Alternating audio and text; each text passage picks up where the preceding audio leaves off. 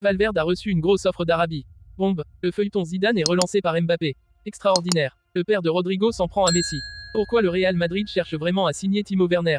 Espagne, Grenade, Brian Saragossa, la nouvelle sensation qui a choqué le Real Madrid, va signer.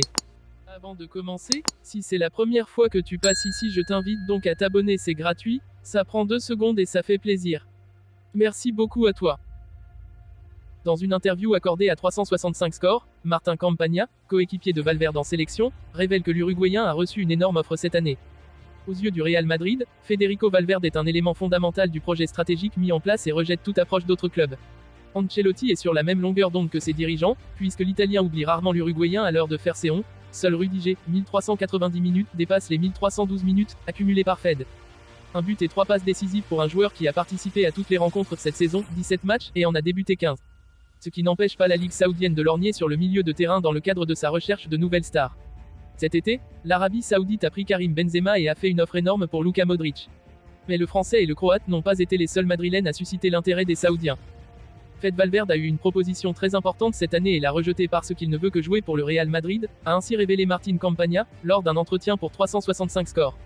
Le gardien d'Al Riyad et international uruguayen a ainsi reconnu que son compatriote n'avait pas cédé au chant des sirènes provenant du Moyen-Orient.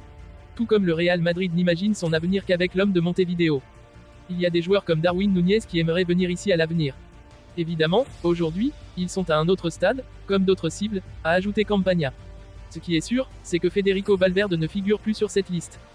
Le 9 novembre, la prolongation de contrat de Fed a été officialisée. Jusqu'en 2029 et avec une clause à 1 milliard d'euros. Un de plus dans le plan d'avenir orchestré par la Casablanca qui a aussi prolongé Vinicius, Rodrigo et Camavinga.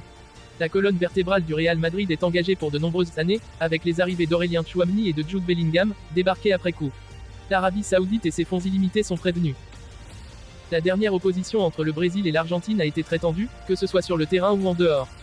À l'occasion des éliminatoires pour le prochain mondial, l'Argentine et le Brésil se sont affrontés en milieu de semaine et ce sont les champions du monde en titre qui ont pris les 3 points, 0-1, face à une sélection brésilienne privée de Vinicius et Neymar. Et comme toujours, le match s'est disputé sous haute tension, jusqu'à dans les tribunes en fin de match où des affrontements ont eu lieu entre supporters argentins et la police locale. Durant ce match, qui a commencé une demi-heure en retard, un événement a également concerné le joueur du Real Madrid, Rodrigo Góes. Le Madrilène a en effet eu un petit accrochage avec Lionel Messi, puis il a été victime de racisme comme il l'a lui-même dénoncé après le match. Les racistes sont toujours en service. Les réseaux sociaux ont été envahis d'offenses et d'absurdités en tout genre. C'est sous les yeux de tout le monde. Si on ne fait pas ce qu'ils veulent, si on ne se comporte pas comme ils pensent que nous le devrions, si on fait quelque chose qui les dérange, que l'on ne baisse pas la tête quand ils nous attaquent ou que nous occupons l'espace qu'ils pensent n'appartenir qu'aux leurs, les racistes agissent avec un comportement délictuel. Dommage pour eux, nous n'arrêterons pas. La lutte continue, a écrit Rodrigo après le match. Messi en roue libre. Selon toute vraisemblance, cette vague de haine à l'encontre du Madrilène est intervenue après son accrochage avec Messi durant la rencontre. Au vu de la scène, le Brésilien a reproché quelque chose au dernier ballon d'or qui lui aurait rétorqué, selon une lecture labiale rapportée par la presse espagnole, « Si sommes-nous champions du monde, pourquoi sommes-nous des merdes ?» a-t-il lancé au Madrilène avec arrogance. Ce vendredi, le père de Rodrigo, Eric, a plus ou moins confirmé cette version en relayant l'altercation sur ses réseaux sociaux. Puis il a ajouté un message à destination de l'ex-joueur du Barça, le 5 qui n'a de problème avec personne. Sérieusement, est-ce que ça surprend quelqu'un, a-t-il balancé sur Instagram. Le Real Madrid est actuellement à la recherche d'un renfort offensif et garde Timo Werner dans le viseur. La trêve internationale, bien que bénéfique pour certaines équipes, a provoqué un véritable casse-tête pour d'autres, notamment en raison de blessures de joueurs clés. Timo Werner pour remplacer Vinicius. Parmi ces blessés, Warren Zaïre-Emery, Gavi et surtout Vinicius Junior, la star du Real Madrid, viennent s'ajouter à une liste déjà très longue. La gravité de la blessure de Vinicius, qui le tiendra éloigné des terrains jusqu'en 2024, a propulsé le Real Madrid dans une quête urgente pour trouver un remplaçant. Timo Werner, la solution pour le Real Madrid. Le nom qui circule avec insistance dans les couloirs du Santiago Bernabéu est celui de Timo Werner. L'attaquant allemand joue sous les couleurs de RB Leipzig. Il est considéré comme un remplacement potentiel pour Vinicius Junior. Pourtant, la situation de Werner est complexe. Après un passage mitigé à Chelsea, il a retrouvé le chemin de Leipzig, mais peine à retrouver la forme étincelante qui avait fait de lui l'un des attaquants les plus convoités d'Europe. La question de l'adaptation de Timo Werner au Real Madrid. Son transfert au Real Madrid soulève plusieurs questions. D'abord, son salaire élevé et son rôle clé au sein de Leipzig constituent des obstacles non négligeables. Ensuite, ses performances actuelles laissent à désirer, avec seulement 2 buts en 12 matchs cette saison. L'enjeu pour le Real Madrid serait de redynamiser Werner, lui permettant de retrouver son meilleur niveau, une tâche qui ne serait pas sans risque.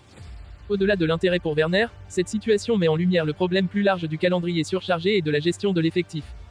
Le Real Madrid, comme beaucoup d'autres clubs, se trouve confronté à la nécessité d'instaurer un turnover accru pour réduire la fatigue des joueurs et éviter des blessures préjudiciables. Cette stratégie pourrait non seulement profiter à l'équipe dans son ensemble, mais aussi offrir à des joueurs comme Werner l'opportunité de s'intégrer progressivement et de retrouver confiance et efficacité. Timo Werner au Real Madrid, un pari risqué. L'éventuel transfert de Timo Werner au Real Madrid représente un pari audacieux pour le club, compte tenu de sa forme récente et de ses soucis à Chelsea. C'est une démarche qui reflète non seulement les besoins immédiats du Real en raison des blessures, mais aussi une vision à long terme sur la gestion de son effectif. Révélation de ce début de saison de Liga, Bryan Zaragoza a été récompensé en étant appelé pour la deuxième fois dans le groupe de l'Espagne lors des dernières éliminatoires. Bryan Zaragoza se souviendra de ce dimanche 8 octobre. Titularisé à la pointe de l'attaque pour la réception du FC Barcelone, l'attaquant polyvalent de 22 ans a fait vibrer le nouveau stade de Los Carmen, en seulement 17 secondes. Lancé en profondeur, le jeune attaquant espagnol pulvérisé Marc-André Ter Stegen dès le coup d'envoi du match, avant de réaliser un festival pour éliminer Jules Koundé et s'offrir un très beau doublé en seulement 30 minutes contre le champion en titre, qui a arraché l'égalisation en fin de match, 2-2. Un début de saison canon. Je ne sais pas si je l'ai vu marquer un but comme celui-là à l'entraînement, pour être honnête, c'était un grand but. J'ai été étonné, a d'ailleurs expliqué à son sujet son coéquipier Gonzalo Villar, 25 ans, après la rencontre. Pourtant, le jeune talent de Grenade, formé au club andalou, n'en est pas à son premier coup d'éclat. La saison dernière, il s'était révélé avec l'équipe première et a été l'un des acteurs premiers de la promotion des Nazaris en première division, avec notamment 5 buts inscrits et une passe décisive délivrée. Pour le retour de Grenade en Liga, il reste pour le moment l'atout majeur de l'attaque de Paco Lopez, l'entraîneur de Grenade. Nous voulons que Bryan continue à grandir et à s'améliorer, nous voulons le meilleur pour lui, a-t-il d'ailleurs déclaré, après son gros match contre les Blaugrana. Depuis le début de saison, Bryan a été impliqué dans l'unique victoire de son club, contre Mallorca, 3-2, et reste à 5 buts et une passe décisive malgré la méforme de Grenade, 19e et sans victoire depuis la 3e journée. En Liga, seul Jude Bellingham fait mieux avec ses 10 buts inscrits pour le Real Madrid. Un attaquant très polyvalent, qui aime dribbler. Dans une excellente forme en ce moment, Bryan Zaragoza était sur un nuage après l'annonce de sa convocation avec l'Espagne, pour affronter l'Écosse et la Norvège, dans le cadre des éliminatoires pour l'Euro 2024. Le joueur de Grenade a été appelé pour remplacer Jérémy Pino, blessé. Un choix fort de la part de Luis de la Fuente, qui a eu compté sur un joueur avec beaucoup d'envie, mais qui peut surtout lui apporter des options. Car Bryan Zaragoza est un attaquant avec une grosse qualité de dribble et plus que polyvalent. S'il commence à trouver ses marques à la pointe de l'attaque, en compagnie d'un autre attaquant, il a également beaucoup été utilisé en tant qu'ailier gauche, ainsi qu'ailier droit. La saison dernière, il a même été essayé à plusieurs reprises dans le milieu de terrain, ainsi qu'en tant qu'arrière gauche pour dépanner. Mais s'il peut jouer presque partout, Bryan semble enfin avoir trouvé sa position idéale, je joue pour ça. Je joue pour dribbler. Je ne joue pas pour courir après le ballon et je ne joue pour rien d'autre. J'ai joué toute ma vie dans un petit quartier et c'est finalement pour cela que je joue bien, les joueurs de Barcelone m'ont beaucoup félicité, et m'ont même dit d'arrêter de courir en plein milieu du match, a-t-il expliqué après son doublé, au micro de DAZN. Il aura maintenant l'occasion de briller pour ses débuts avec sa sélection et pour un rassemblement plus qu'important dans la campagne de l'Espagne pour l'Euro 2024. Selon Marca, le Real Madrid l'aurait déjà approché pour un transfert, et il était très positif, car il avait déclaré qu'il aimerait jouer au Real Madrid. Le dossier qui s'est accéléré cette semaine pourrait connaître un tournant positif, restez à l'affût.